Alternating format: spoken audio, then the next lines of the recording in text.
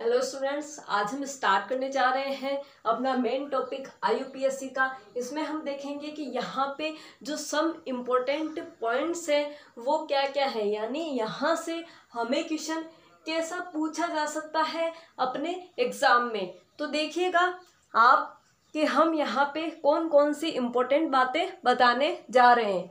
तो देखिए, जो सबसे इम्पोर्टेंट बात है यहाँ पे, जो सबसे इम्पोर्टेंट बात है वो यही है कि जो अपना नंबरिंग होता है, क्या होता है, नंबरिंग होता है, उसमें हमें क्या करना पड़ता है, ध्यान रखना पड़ता है कि नंबरिंग करते टाइम जो हम प्रीफिक्स यूज करते हैं, क्या यूज करते हैं, प्रीफिक्स यूज करते हैं, उस प्रीफिक्स में क्या अल्फाबेटिकल हमें चलना है या नहीं।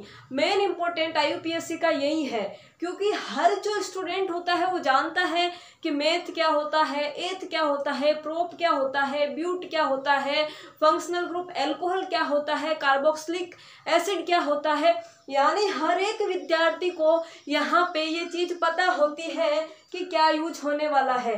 बट जो यहाँ पे नंबर लाने की बात होती है वो होती है इस नंबरिंग में जो भी प्रीफिक्स अपना यूज होएगा उसे अल्फाबेटिकल ऑर्डर में कैसे रखें। अगर किसी भी स्टूडेंट ने अल्फाबेटिकल ऑर्डर में रखना सीख लिया उस जो नेमिंग को, तो वो क्या हो जाएगा, अपने एग्जाम को क्रैक कर पाएगा। तो देखिए यहाँ पे अब हम बात करते हैं नंबरिंग, यानी जो नंबरिंग में प्रीफिक्स यूज हो रहा है उसकी। यानी हमने पिछले लेक्चर में कंप्लीट देख लिया था फंक्शनल ग्रुप क्या होता है, सेकेंडरी भी देख लिया था, अभी भी देख लिया था। अब हम क्या देख रहे हैं यहाँ पे, नंबरिंग। तो देखिए आप सबको पता है एक नंबर के बाद अगर कोई भी दूसरा कोई भी आ जाता है हमारा यहाँ पे एज ए प्रीफिक्स, तो हम क्या लगाते हैं, वहां पे डाई लगाते हैं।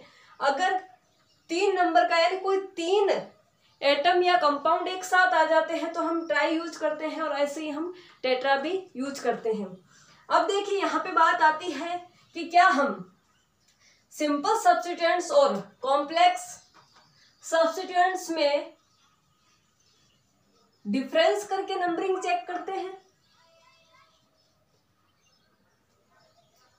क्या मेरी बात आपको समझ में आई, मैंने क्या बोला। यानी जो सिंपल प्रतिस्थापी होता है और एक जो कॉम्प्लेक्स प्रतिस्थापी होता है वहां पे हमारी जो नंबरिंग होंगी, यानी वहां पे जो अल्फाबेटिकल ऑर्डर लेंगे, क्या वो दोनों में एक ही चलेगा या अलग अलग चलेगा। तो हमारा यहाँ पे आंसर होगा कि सिंपल में और कॉम्प्लेक्स में अलग अलग चलेगा। अब देखिए सिंपल की बात करते हैं। सिंपल क्या होता है, यानी यहाँ पे देख लिया मैंने इस प्रकार,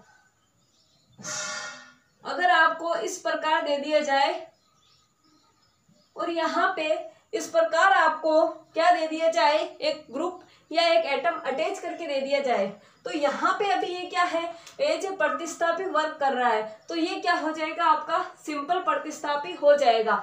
अब है कॉम्प्लेक्स की। कॉम्प्लेक्स क्या हो गया हमारा, जैसे ये वाला देखिए, ये क्या है, एज ए प्रतिस्थापी वर्क कर रहा है यहाँ पे, बट ये क्या है, कॉम्प्लेक्स स्ट्रक्चर है, इसलिए हमने इसे क्या बोल दिया, कॉम्प्लेक्स सब्स्टिट्यूएंट्स बोल दिया। अब देखिए हमारी यहाँ पे बात आती है कि जो हमने आइसो पढ़ा, नियो पढ़ा, साइक्लो पढ़ा, क्या इनको भी अल्फाबेटिकल ऑर्डर में रखना जरूरी है। तो हम कहेंगे जी हाँ, आइसो, नियो, साइक्लो दोनों को ही क्या होगा, यानी ये जो वर्ड है इनको अल्फाबेटिकल ऑर्डर में हमें रखना ही पड़ेगा। अगर आपने अल्फाबेटिकल ऑर्डर में इनको नहीं रखा तो आपके एग्जाम में नेगेटिव मार्किंग आराम से हो सकती है। तो देखिए यानी यहाँ पे हमारा जो आइसो, नियो, साइक्लो है ये क्या है, वैलिड है। और किसके लिए वैलिड है, अल्फाबेटिकल ऑर्डर के लिए। किसके लिए, अल्फाबेटिकल ऑर्डर के लिए। ओके, समझ में आ गया आपको क्या करना है हमें। आइसो में देखिए क्या आ रहा है, आई आ रहा है, नियो में क्या आ रहा है, एन आ रहा है, साइक्लो में क्या आ रहा है, सी आ रहा है।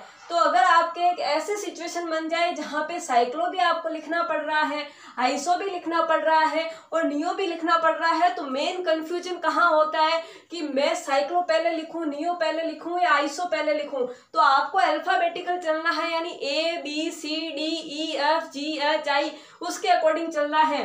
तो यहाँ पे सी यानी साइक्लो का सी पहले आ रहा है, तो सबसे पहले आप किसको लिखोगे, साइक्लो को लिखोगे। उसके बाद में अल्फाबेटिकल चलोगे, बी सी डी ई जो भी है अपना उसके अकॉर्डिंग चलोगे। तो यहाँ पे आपको समझ में आ गया कि आइसो नियो साइक्लो यानी चाहे सिंपल हो या कॉम्प्लेक्स हो, ये हमेशा क्या होगा, अल्फाबेटिकल ही चलेगा।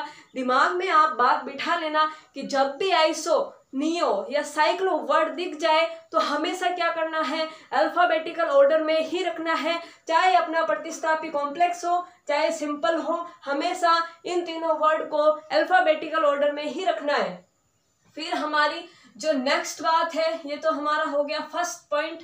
अब हमारा सेकंड पॉइंट है यहाँ पे कि देखिए जब हम डाई, ट्राई और टेट्रा वर्ड का यूज करते हैं, किसका, डाई, ट्राई और टेट्रा वर्ड का यूज करते हैं, तो क्या हम इनको भी अल्फाबेटिकल ऑर्डर में रखेंगे। अब मेन क्वेश्चन यही है। तो देखिए ये बहुत ही ज्यादा इंपॉर्टेंट है। क्या है ये, बहुत ही ज्यादा इंपॉर्टेंट है। और ये इंपॉर्टेंट क्यों है, क्योंकि जो डाई, ट्राई और जो टेट्रा होता है वो क्या होता है, सिंपल प्रतिस्थापी में कभी भी अल्फाबेटिकल ऑर्डर में नहीं लिखा जाएगा। यानी डाई, ट्राई, टेट्रा और टेट्रा, इसको आप कभी भी एज ए सिंपल प्रतिस्थापी कभी भी इसे आप नहीं लिखोगे अल्फाबेटिकल, कभी भी इसे अल्फाबेटिकल ऑर्डर में नहीं लिखना है। जब आपको क्या दिख जाए, सिंपल सब्स्टिट्यूएंट्स दिख जाए, तो आपको एक बात समझ में आ गई कि डाई, ट्राई, टेट्रा अगर सिंपल में हो तो हमें इसकी कोई आवश्यकता नहीं है कि हम डी को पहले लिखें, टी को बाद में लिखें, कोई जरूरत नहीं है। लेकिन क्या अगर कॉम्प्लेक्स सब्स्टिट्यूएंट्स आ जाए यानी जटिल प्रतिस्थापी आ जाए, इस प्रकार का आ जाए, तो आपको क्या ध्यान रखना पड़ेगा, इनका ध्यान रखना पड़ेगा। और इनको कैसे लिखना पड़ेगा, ABCD के अकॉर्डिंग लिखना पड़ेगा, अल्फाबेटिकल लिखना पड़ेगा। तो देखिए हम यहाँ पे बात कर रहे थे कि जो कॉम्प्लेक्स सब्स्टिट्यूएंट्स होते हैं वहां पे हमें डाई, ट्राई और टेट्रा को अल्फाबेटिकल अरेंज करना पड़ेगा। अगर आपने इसे अल्फाबेटिकल अरेंज नहीं करा तो आपका क्वेश्चन आराम से रॉन्ग हो सकता है। तो देखिए यहाँ पे हमें क्या करना पड़ेगा कि अगर अपना डाई वर्ड आया है तो उसका डी देखना पड़ेगा, अगर ट्राई है तो उसका टी देखना पड़ेगा। अब आप बताइए डी पहले आता है या टी पहले आता है, ABCD यानी अल्फाबेट्स में तो हमारा कौन पहले आता है, डी पहले आता है। डी पहले आने की वजह से हमें जो ये डाई वाला पूरा जो ग्रुप होगा उसे क्या करना पड़ेगा, सबसे पहले अरेंज करना पड़ेगा अपनी नेमिंग में। तो इस प्रकार क्या कर सकते हो आप, ये नेमिंग कर सकते हो। तो आपको समझ में आ गया कि जो डाई, ट्राई और टेट्रा वर्ड है कॉम्प्लेक्स प्रतिस्थापी में ही आपको अल्फाबेटिकल अरेंज करना है, जबकि सिंपल अगर प्रतिस्थापी आ जाए तो वहां इसका कोई भी मीनिंग नहीं है, आप कैसे भी अरेंज कर लीजिए। तो अब देखिए जैसे हम बात करते हैं अगले पॉइंट की, अपना पहला पॉइंट ये था, अपना दूसरा पॉइंट ये था और ये रहा अपना तीसरा पॉइंट। तो देखिए क्या होता है जब हम नॉर्मल, सेकेंडरी, टर्सरी, बिस और ट्रिस जैसे वर्ड यूज करते हैं तो क्या हमारे दिमाग में बात आती है कि क्या हम इन्हें अल्फाबेटिकल ऑर्डर में अरेंज करें। तो यहाँ पे आपको यहाँ पे क्रॉस लगा देना है कि नहीं, कभी भी ये गलती मत करना। जो अपना नॉर्मल होता है, सेकेंडरी होता है, बिस और ट्रिस है, यानी ये जो वर्ड है इनको कभी भी आप अल्फाबेटिकल ऑर्डर में नहीं रख सकते हो। ये क्या है, इनवैलिड है। क्या है, इनवैलिड। तो बस आपको यही ध्यान रखना है कि जैसे जैसे आपको ये दिया हुआ है तो इनको आपको अल्फाबेटिकल अरेंज करने की कोई ज़रूरत नहीं है, आपको उस ग्रुप के अकॉर्डिंग ही अरेंज करना पड़ेगा। हम एग्जाम्पल लेंगे, अभी आप डरिए मत। बस आपको इतना ध्यान रखना है कि आइसो नियो साइक्लो वर्ड को तो क्या करना पड़ेगा, अल्फाबेटिकल लिखना पड़ेगा कि आई पहले आ रहा है या अन पहले आ रहा है या सी पहले आ रहा है। फिर डाई, ट्राई, टेट्रा जैसे वर्ड को सिंपल सब्स्टिट्यूएंट्स में यूज नहीं करना है एज ए अल्फाबेटिकल, लेकिन हमें कॉम्प्लेक्स सब्स्टिट्यूएंट्स में एज ए अल्फाबेटिकली इन्हें हमें अरेंज करना पड़ेगा। फिर है क्या हम इन वर्ड को भी अल्फाबेटिकल अरेंज करें, तो नहीं, इन वर्ड्स को अल्फाबेटिकली अरेंज नहीं करना है। तो आपको ये समझ में आ गया कि कब हमें अल्फाबेटिकली अरेंज करना है और कब हमें अल्फाबेटिकली अरेंज नहीं करना है। तो इस प्रकार हो गई हमारी ये जो 3 की पॉइंट थी वो कंप्लीट। यानी ये बहुत ही इंपॉर्टेंट पॉइंट थे जो मैंने आपको बहुत ही अच्छे तरीके से समझा दिए। अब हम चलते हैं कुछ एग्जाम्पल की तरफ कि कैसे आपको समझाया जाए कि इन जो वर्ड हैं इनका मीनिंग क्या है। तो देखिए स्टूडेंट्स, अब हमारा यहाँ पे जो पहला क्वेश्चन है वो कुछ इस प्रकार का है कि आपको यहाँ पे ये स्ट्रक्चर दी गई है, इसमें आपको बताना है कि यहाँ पे जो इसका नामकरण होगा यानी इसका जो नेमिंग होगी वो क्या होगी। तो देखिए जैसे मैंने आपको ये क्वेश्चन दिया है, यानी यहाँ पे ये आपका इस प्रकार कोई क्वेश्चन है CS2 CS2 CS3। देखिए यहाँ पे है CH और ये है CCl3। तो इसमें आपको बताना है कि इसकी नेमिंग किस प्रकार होगी। तो सबसे पहला काम क्या होता है कि हमें 1 2 3 4 नंबरिंग किधर से करनी है। तो देखिए हम नंबरिंग किधर से करेंगे, इस साइड से करेंगे, क्योंकि 1 2 3 कार्बन पे ही हमें क्या मिल जाएगा, कोई सब्स्टिट्यूएंट्स मिल जाएगा और फोर्थ पे भी मिल जाएगा। लेकिन इधर से करेंगे तो 1 2 3 4 पे मिलेगा, फिर ये 5 पे मिलेगा, बट हमें कम नंबर वाला लेना है, इसलिए मैंने नंबरिंग 1 2 3 4 5 6 7 इस प्रकार मैंने क्या कर दी, यहाँ पे नंबरिंग कर दी। तो आपको भी इसी प्रकार से क्या करनी है, नंबरिंग करनी है।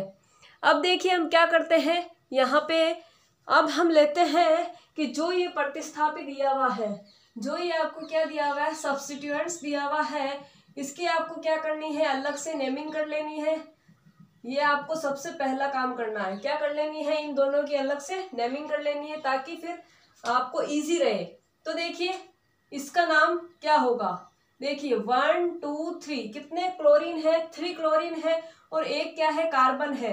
तो इसका नाम क्या हो जाएगा, ट्राई क्लोरोमेथिल। क्या नाम हो जाएगा इसका, ट्राई क्लोरोमेथिल। क्या हो गया, ट्राई क्लोरोमेथिल।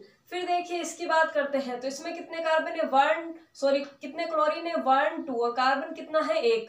तो इसका नाम क्या हो जाएगा, डाई क्लोरोमेथिल। क्या हो गया, डाई क्लोरोमेथिल। तो आपको समझ में आ गया, इसका नाम डाई क्लोरोमेथिल हो गया, इसका नाम ट्राई क्लोरोमेथिल हो गया और ये हमारी नंबरिंग हो गई।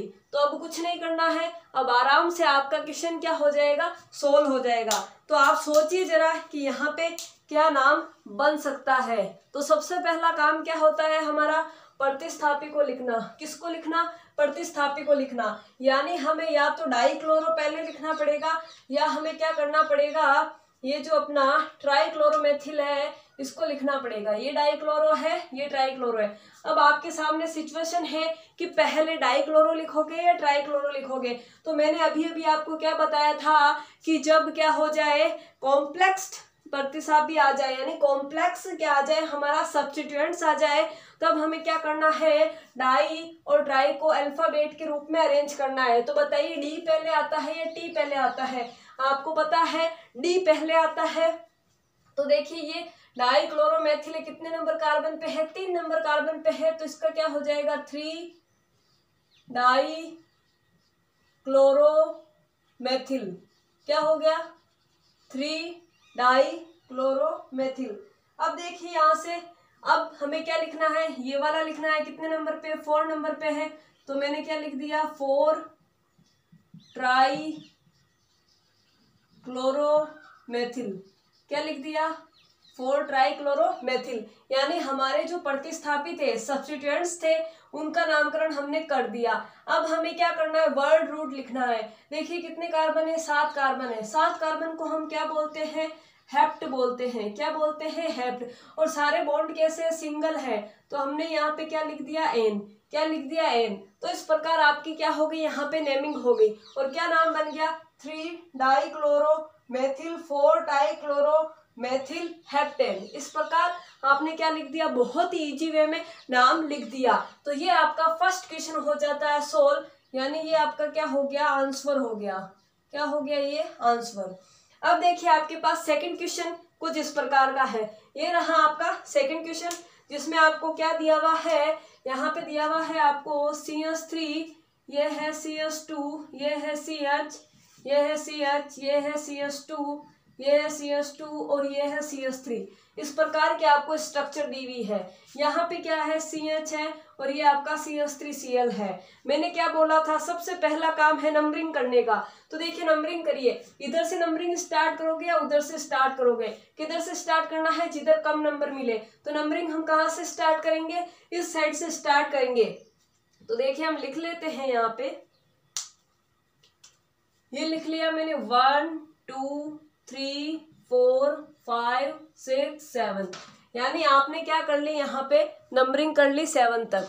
तो आपको दिख रहा है यहाँ पे 7 तक आपने क्या कर ली है, बहुत ही अच्छे तरीके से नंबरिंग कर ली है। अब देखिए हमें क्या करना है, जो ये प्रतिस्थापी लगे हुए हैं इनका नामकरण करना है, यानी हमें इसका नाम लिखना है अलग से और इसका नाम अलग से लिखना है, फिर मैच करना है कि किसको पहले लिखना है किसको बाद में लिखना है। तो देखिए यहाँ पे क्या है, 2 ब्रोमीन है। क्या है, 2 ब्रोमीन है। 2 ब्रोमीन है, इसका मतलब यहाँ पे नाम क्या हो जाएगा आपका, डाई ब्रोमोमेथिल। डाई ब्रोमोमेथिल क्या नाम हो गया, डाई ब्रोमोमेथिल, इस वाले ग्रुप का। अब हमें इसका नाम करना है, तो एक ही क्लोरीन है और क्या है, मेथिल है, तो क्या लिखेंगे हम, क्लोरोमेथिल। क्या लिखेंगे, क्लोरोमेथिल। तो हमने क्या लिख दिया यहाँ पे, क्लोरोमेथिल लिख दिया। अब देखिए आप सोचिए कि देखिए ये क्या है, D है और ये क्या है, C है। दोनों में से पहले यूज कौन सा होगा, आप सोचिए जरा, सोचिए जल्दी सोचिए, पहले कौन आएगा, डाई ब्रोमोमेथिल आएगा या क्लोरोमेथिल आएगा, जल्दी सोचिए।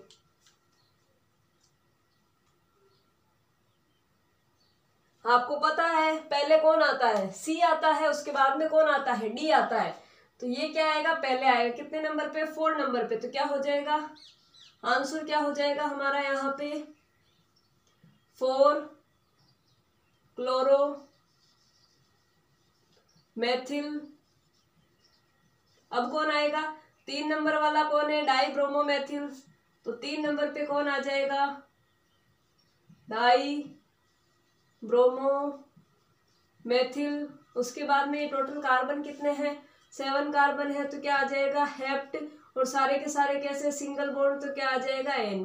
तो इस प्रकार क्या हो जाएगा, हमारा यहाँ पे ये आंसर हो जाएगा। तो आपको बहुत ही अच्छे तरीके से यहाँ पे ये समझ में आ रहा होगा कि कैसे हमने यहाँ पे नेमिंग करी है, किस प्रकार हमने इन प्रतिस्थापियों को यूज करा है, किस प्रकार हमने देखा कि C पहले आता है या D पहले आता है। तो इस प्रकार आपको भी क्या करनी है, नेमिंग करनी है। अब हम यहाँ से चलते हैं नेक्स्ट क्वेश्चन की तरफ।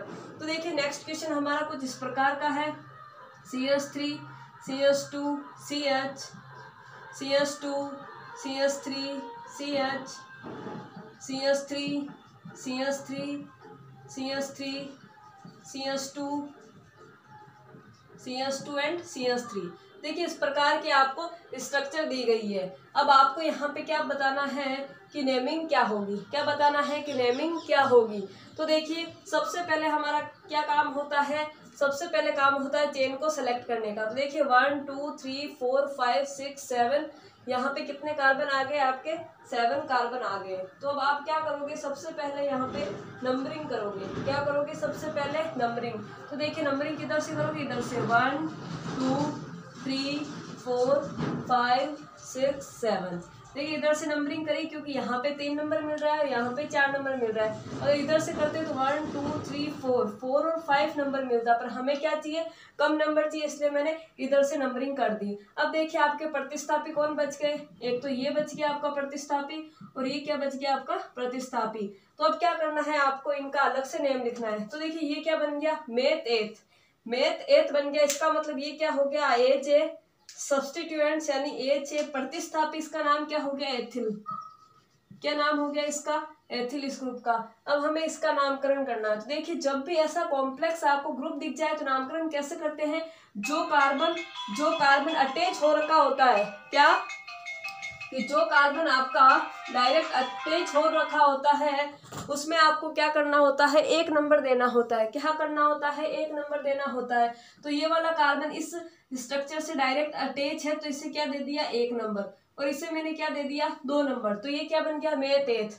अब देखिए ये क्या है, इस ग्रुप में, इतने से ग्रुप में ये क्या हो गया प्रतिस्थापी हो गया, और ये भी क्या हो गया प्रतिस्थापी हो गया। हम ओनली इसका नाम देख रहे हैं, तो देखिए ये तो क्या हो गया 1 2, यानी ये क्या हो गया एथिल, और ये क्या हो गया एक मेथिल, और ये क्या हो गया दूसरा मेथिल, मतलब इस पूरे ग्रुप का नाम क्या हो गया डाई मेथिल एथिल। क्या नाम हो गया इस पूरे ग्रुप का, डाई मेथिल एथिल।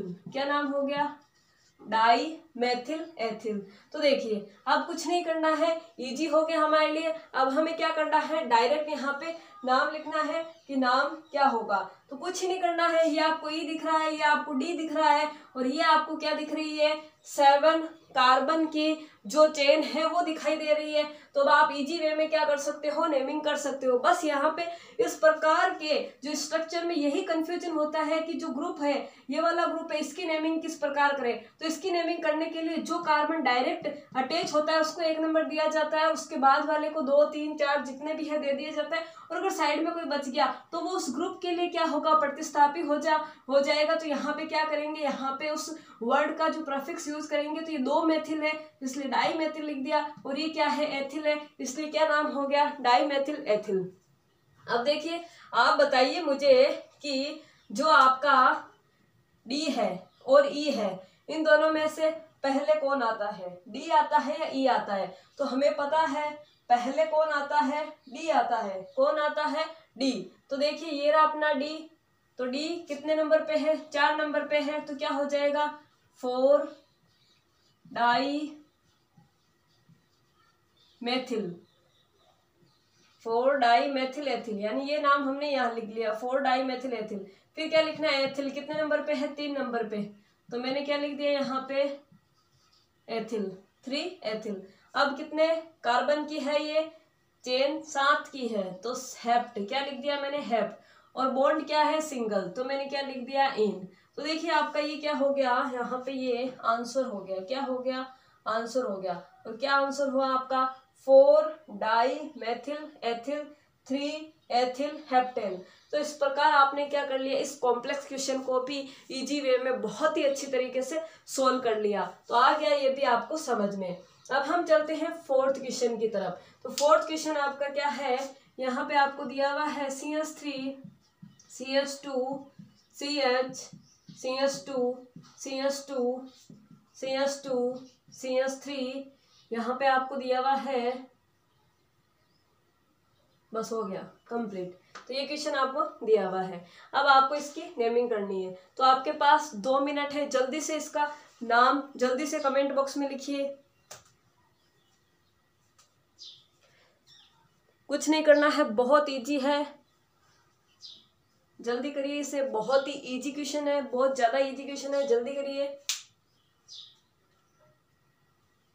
तो चलिए हम स्टार्ट करते हैं। पहले देखिए, पहले क्या करो, देखो कितने कार्बन है और नेमिंग किधर से होगी, यानी हमें जो नंबरिंग देनी है वो किधर से करनी है। तो देखिए कितने कार्बन है 1 2 3 4 5 6 7 8 कार्बन है। अगर हम इधर से चलेंगे तो 1 2 3 पे ये आया, फिर 4 5 6 पे ये 2 आए, तो हमें 4 और 6 पे मिल रहे हैं। बट हमें क्या करना, 3 और 6 पे मिल रहे हैं, बट हम इधर से चले तो 1 2 3 4 5 6 7 8।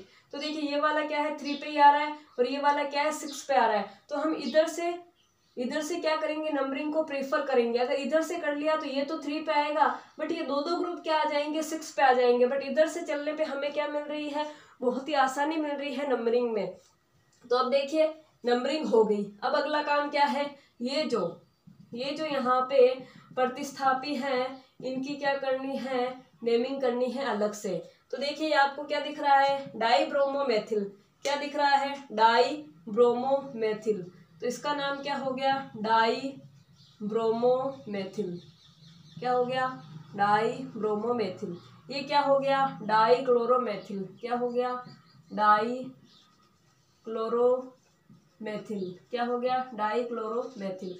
और ये भी क्या हो गया डाई क्लोरोमेथिल। तो आपको समझ में आ गया कि ये तो क्या है डाई ब्रोमोमेथिल है, ये क्या है डाई क्लोरोमेथिल है। और ये क्या है, डाइक्लोरोमेथिल है। तो देखिए ये भी डाइक्लोरोमेथिल है और ये भी डाइक्लोरोमेथिल है, मतलब हमारे पास यहाँ पे डाइक्लोरोमेथिल कितने हैं, 2 है। अब देखिए इसके आगे ऑलरेडी डाई है, इसके आगे भी ऑलरेडी डाई है। तो अब हम क्या करें, हमें क्या करना है, डाइक्लोरोमेथिल 2 बार लिखना है। अब क्या हम ऐसे लिख सकते हैं, डाइक्लोरोमेथिल मतलब 2 बार, 2 डाइक्लोरोमेथिल है तो 2 को क्या लिख दिया, डाइक्लोरोमेथिल। अगर आपने ऐसे लिख दिया तो आंसर आपका एकदम रॉन्ग है। यहाँ पे डाई वर्ड 2 बार यूज नहीं करना है। अभी मैंने पहले बताया था बिस, क्या बिस वर्ड कब यूज होता है, जब डाई ऑलरेडी यूज हो चुका है, तब क्या यूज करना है आपको, बिस। तो इस वजह से यहाँ पे हमारा जो वर्ड यूज होगा इन दोनों का शामिल, वो क्या होगा, बिस। तो हम यहाँ पे क्या यूज करेंगे, बिस डाइक्लोरोमेथिल, दोनों का शामिल क्या यूज करने वाले हैं, बिस डाइक्लोरोमेथिल। अब आप मुझे बताइए कि जो बिस है, क्या है, बिस है वो नंबरिंग में यानी जो अल्फाबेट में ये यूज होने वाला है या नहीं है अल्फाबेटिकली। तो बिस को मैंने बताया था अल्फाबेटिकली उसे आप प्रेफर नहीं करोगे, बिस को एज इट इज ही रखना है। बिस के आगे वाली टर्म क्या है, उसमें आगे वाला वर्ड क्या है, उसके अकॉर्डिंग नामकरण करना है। यानी आपके सामने उस बिस को लेके कोई भी कंफ्यूजन नहीं होना चाहिए। बिस को आप एक प्रकार से भूल जाओ, बिस को आप क्या करो, भूल जाओ, उसका कोई यहाँ पे रोल नहीं है, बस वो संख्या बताता है कि यहाँ पे 2 क्या है, डाइक्लोरोमेथिल है। तो अब देखिए यहाँ पे बात ये आती है कि नंबरिंग कैसे करें, यानी अल्फाबेटिकली ऑर्डर में कैसे अरेंज करें। तो देखिए यहाँ पे भी क्या है, डाई है, यहाँ पे भी क्या है, डाई है। तो अब आप क्या करोगे, अगले अल्फाबेट पे चले जाओ, ये क्या है, बी है और ये क्या है, सी है। तो बताइए बी पहले आता है या सी पहले आता है। तो आपको पता है पहले कौन आता है, बी आता है। कौन आता है, बी। तो देखिए ये वाला जो ग्रुप है वो पहले लिखा जाएगा। तो ये कितने नंबर पे है, 6 नंबर पे है। यानी आपकी नंबरिंग क्या हो जाएगी, 6 डाई ब्रोमो मेथिल लिखो तो लिख दीजिए 6 डाई ब्रोमो मेथिल। अपन इस मेथिल को सबसे लास्ट में भी लिख सकते हैं क्योंकि यहाँ पे भी क्या है, मेथिल है, यहाँ पे भी मेथिल है, यहाँ पे भी मेथिल है। साथ लिखो तो लिख लो, लास्ट में लिखो तो भी लिख लो। तो क्या हो जाएगा यहाँ पे 6 डाई ब्रोमो मेथिल, इसका काम हो गया। अब हमें क्या करना है, इसका काम करना है। तो देखिए 3 नंबर पे 2 ग्रुप लगे हुए हैं, तो क्या लिखना है आपको, 3 लिख दिया। अब कितने ग्रुप है, 2 ग्रुप है, तो क्या लिख दिया, 20, 3 20। अब क्या है, 2 डाइक्लोरोमेथिल है, तो क्या लिख दिया, डाई क्लोरोमेथिल, क्या लिख दिया, 3 20 डाइक्लोरोमेथिल। तो ये तो क्या हो गया आपका, ये जो सब्स्टिट्यूएंट्स है यानी ये जो प्रतिस्थापी है इनका काम हो गया। अब कितने कार्बन है यहाँ पे, 8 कार्बन है। 8 को क्या लिखते हैं, ऑक्ट, और सारे क्या है, सिंगल बॉन्ड वाले हैं, तो क्या लिख दिया, एन। तो इस प्रकार आपका यहाँ पे नाम क्या हो गया, 6 डाई ब्रोमो मेथिल, क्या हो गया, 6 डाई ब्रोमो मेथिल। फिर क्या हो गया, 3 बिस डाई क्लोरोमेथिल, क्या हो गया, 3 बिस डाई क्लोरोमेथिल ऑक्टेन। तो इस प्रकार आपने क्या कर लिया, बहुत ही अच्छे तरीके से इन क्वेश्चंस को समझ लिया। कुछ नहीं करना है, बस जो वर्ड है वो ध्यान रखने हैं कि बस बिस कब यूज होगा, क्या बिस कब यूज होगा। तो ऑलरेडी डाई वर्ड यूज हो चुका है, तो उसके बाद में क्या यूज होगा, आपका बिस वर्ड यूज होगा। फिर है अगर ये सेम है ये सेम है तो क्या करें, तो अल्फाबेटिकली कैसे चले, तो नेक्स्ट कार्बन पे पहुंच जाओ, नेक्स्ट अल्फाबेट पे पहुंच जाओ। तो पहुंच गए तो आपको आपका आंसर मिल जाएगा। इसमें क्या था, इनकी नेमिंग करना, ये जो ग्रुप है इनकी नेमिंग करना। तो इनको भी एक एज ए पूरे साइड ग्रुप ही सेलेक्ट करके 1 to नंबरिंग करके इसका नामकरण कर देना है। इस प्रकार में बस यही देखना है कि डी या सी किस प्रकार आता है। तो इस प्रकार आप क्या कर सकते हो, पूरे जो यहाँ पे स्ट्रक्चर दी जाएगी आपको उनकी नेमिंग कर सकते हो बहुत ही अच्छे तरीके से। बस जो अपने रूल बताए हैं यानी जो हमने यहाँ पे रूल पढ़े हैं उनको आप बहुत ही अच्छे तरीके से अगर ध्यान रख लेते हो कि कब ड्राई को अल्फ़ाबेटिकली यूज करना है, कब ट्राई को अल्फ़ाबेटिकली यूज करना है, आइसोनियो को करना है या नहीं करना है, नॉर्मल सेकेंडरी टर्सरी को एज अल्फ़ाबेटिकली अरेंज करना है या नहीं है, अगर ये सब बातें आपने ध्यान रख ली तो आपका कोई भी क्वेश्चन यहाँ पे रॉन्ग नहीं होगा। तो इस प्रकार हम पूरी IUPAC को कवर कर लेते हैं। नेक्स्ट लेक्चर में हम बात करेंगे, आज तक हमने जितनी भी ऑर्गेनिक पढ़ी है उसके क्वेश्चन हम नेक्स्ट लेक्चर में सॉल्व करने वाले हैं। तो अगर हमारा वीडियो अच्छा लगे तो हमारे वीडियो को लाइक एंड शेयर जरूर करिएगा।